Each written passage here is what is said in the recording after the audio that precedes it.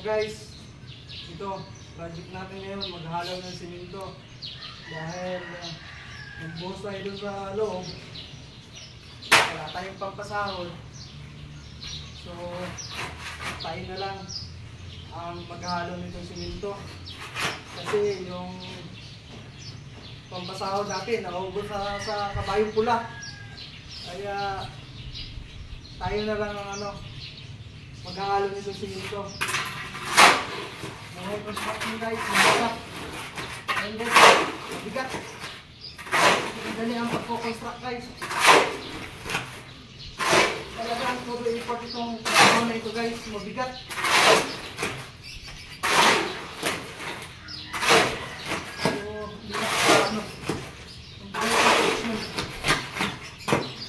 So baka sino may gusto dyan tumulong, punta kayo dito guys. Tulungan ninyo ako. Mabigat ang pagko-construct.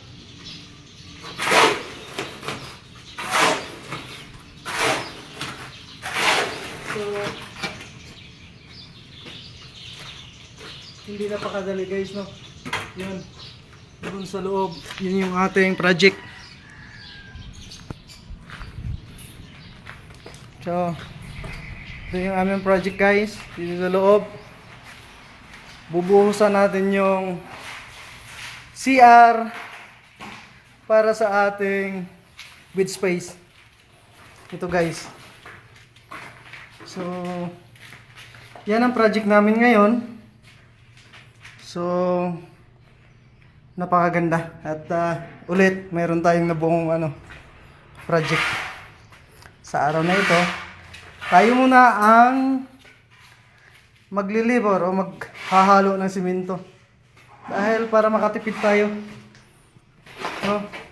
Yan yung ating bubuhusan. Hindi napakadali ang pagkukonstruct. Talagang todo effort guys na mabuo. So far, maganda naman guys dahil unti-unti nabubuo natin yung ating gusto sa buhay.